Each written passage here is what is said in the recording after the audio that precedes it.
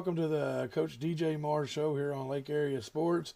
Coach, big second half against the Hector Wildcats as your Bulldogs were victorious.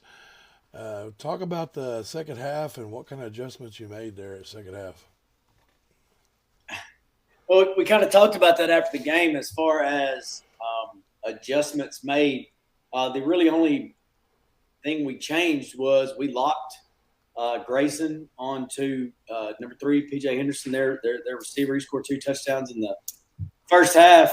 We had planned on doing that anyway. We just were kind of trying to wait until after halftime to do it if we could hold off. Other than that, up front, I mean, we didn't really change much. I just told the guys, hey, we got to start making plays, stop catching tackles. We gave up 28 points in the second quarter. All their points scored were right there in the second quarter, and it was off of 2 interceptions and then 2 busted coverages where we didn't execute like we should have, and we gave up those points. So, I just told them start making plays. I didn't go in and scream at halftime. It's just kind of, we need guys to step up and make plays, and in the second half they did. Well, let's talk about that defense. They were led by Kyler Locke with 18 tackles and Bryson Thacker with 16 tackles. Talk about that defense. Yeah, I mean, we were giving up some yards early on. They were kind of running into a weak spot that we were planning on giving them. They're a pretty good running team. They rushed for quite a few yards the week before, so we knew that was going to happen. But we made some plays and made some stops on fourth down, and got into some situations we wanted to get to. And then once we were able to get the lead a little bit, we forced them to throw the ball. And when they did, we made some plays. We didn't give up the big play. Had some guys in coverage and that played well. And then Devin Boyce came in, played really good at corner, and then he got that pick there at the end, staying in coverage like we had worked on that week. So, like I said, I thought they were physical. Kyler and Bryson made a lot of tackles, which I told them they had to do. We kind of kept their noses clean and let them just pin their ears back and go make tackles, and they did a good job. Coach, you had 48 plays, 15 first downs, 435 total yards on offense, 224 on receiving, and 211 on rushing. A balanced attack there, wasn't it? Yeah, and it kind of all clicked together. We ran the ball really well, especially late when we needed to. Eli had a great game on the ground. Jordan had some good rushes. Thurman had some good carries, good touchdown carry there. We did it with a lot of different people. The same thing with some receiving yards, some different guys. It wasn't all Oakley this week. I think Grayson had about 154 on 7 catches and a touchdown, and then Mike McThorne had some big catches. Bryson Thacker had a big fourth down reception in the red zone, where last week everywhere we lacked and we didn't execute, this week we did, especially the second half. You already talked about Jordan Moore Payne. He was 9 rushes for 86 yards and a touchdown. Passing was 9 for 14 for 156 yards and a touchdown. Talk about Jordan. He stepped up this week. Yeah, he did, and played really well. Really only the bad throw he made was he just held on to it a little too long when he threw an interception in the second quarter. Looking for Thacker, he just held on to it too long, let the corner come up and make it and break, but played really smart, played a really good game, stepped up, was tough in the pocket, made the throws, made the adjustments, threw the deep ball well, and then, he ran the ball well there at the end, protected the ball, got the first down. He just slid and got down to avoid them trying to strip it or get a turnover. Just played some really smart football and played really well on the defensive side as well. Grayson Ely had a great game, 7 catches for 154 yards and a touchdown. Talk about Grayson's great game. Yeah, but and he was kind of upset last week. He had right around 80 yards, and I thought he expects to do more, even double or triple covered. And they kind of kept Henderson over the top of him and pressed him up with the corner a little bit and ran with him, tried to double team him, but we were able to get him open, and mainly because we had other guys catching the ball.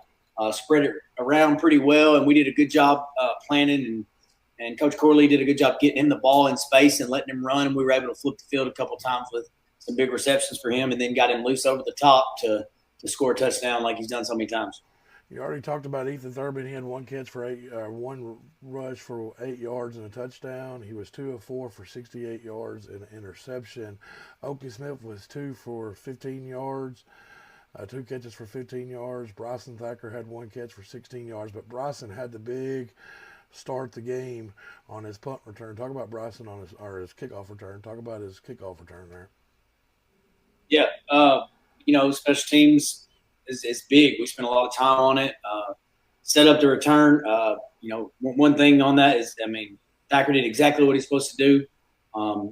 Ran it right. Hit where we're supposed to go, ran full speed, and then at the same time, PJ Garrett had a huge block on that play that kind of set that up, and that set the tone for the game. And we Thacker's always, he's a playmaker. We've got to get the ball to him more on offense, just like he had that 16-yard reception on that fourth down. And we had a couple more targets where we weren't able to give him the ball. So he's one of those guys. He's got to touch it. We've got to get 5, 6, 7 carries or 5, 6, 7 catches and get the ball in his hand, because just like on that kickoff return, he can make a big play. All right, the player of the week for the Lake Area Sports is Eli Hartman. He had 16 rushes for 116 yards, 3 touchdowns, and on defense he had 7 tackles.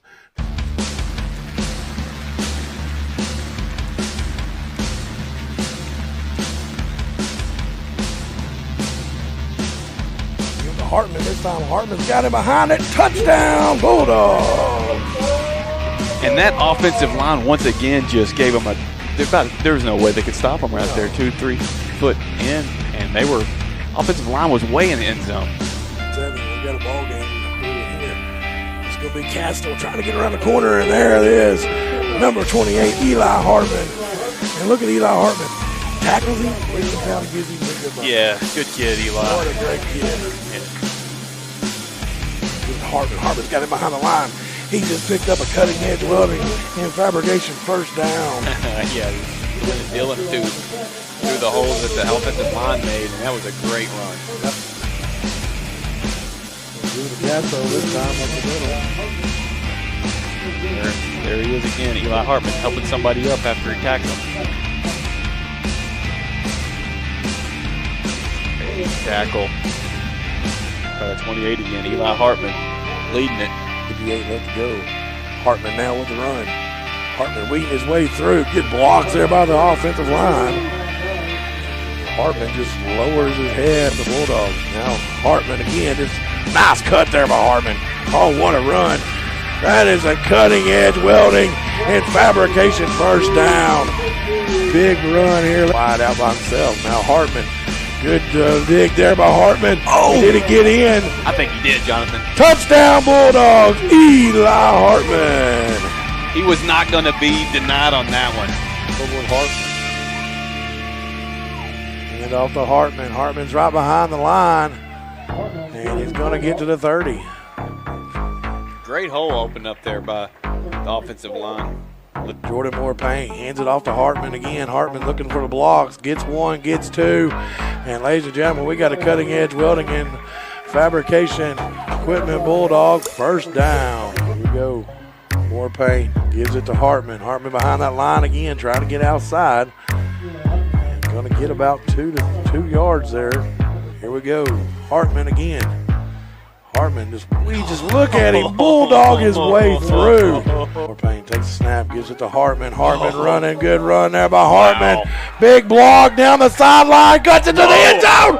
Touchdown Bulldogs, and that's going to nail it down for the Bulldogs. That is going to do it, and it's going to do it with that run right there. Hartman weaving, bobbing and weaving. What a run by Hartman.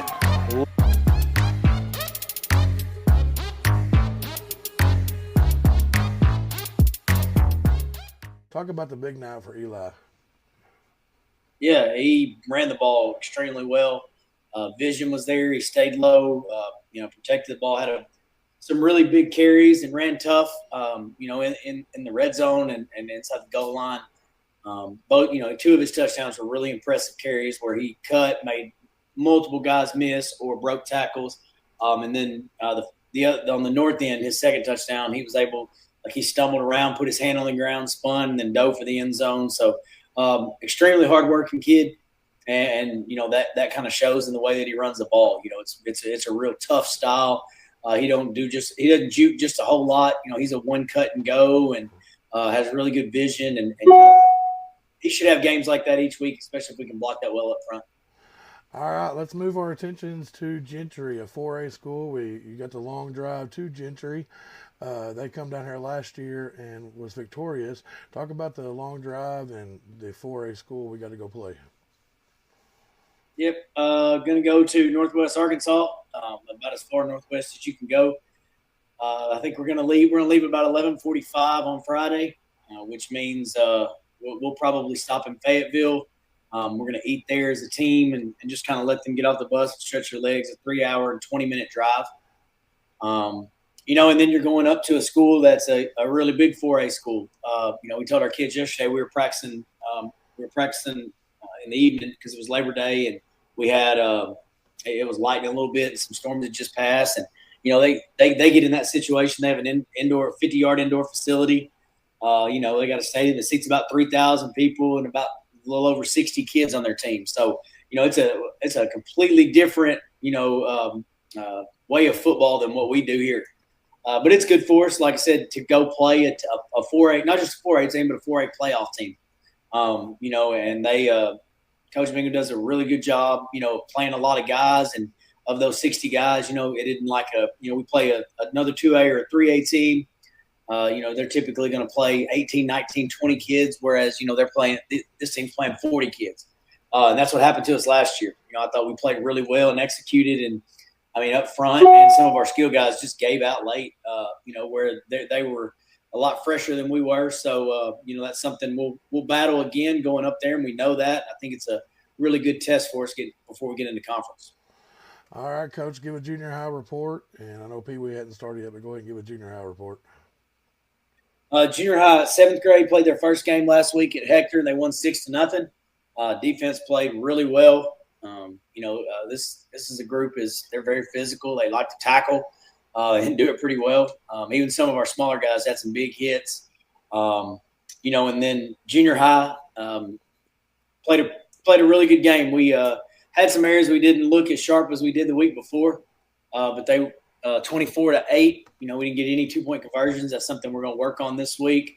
But just a really physical team, that junior high group, and we ran the ball well and played really good defense. John Wagner had a pick 6 for a score, so we scored 1 on defense. Easton Swartz had a heck of a game, scoring a couple touchdowns. So, we spread the ball around again in junior high. A lot of different guys scored touchdowns and made some big plays. And that's one group where we're playing a lot of kids. A lot of guys rotating, trying to keep guys fresh, and that's going to be 2 good groups coming up. All right, Coach. We'll be on air at 6:45 on Friday night from Gentry. Thank y'all for watching Lake Area Sports.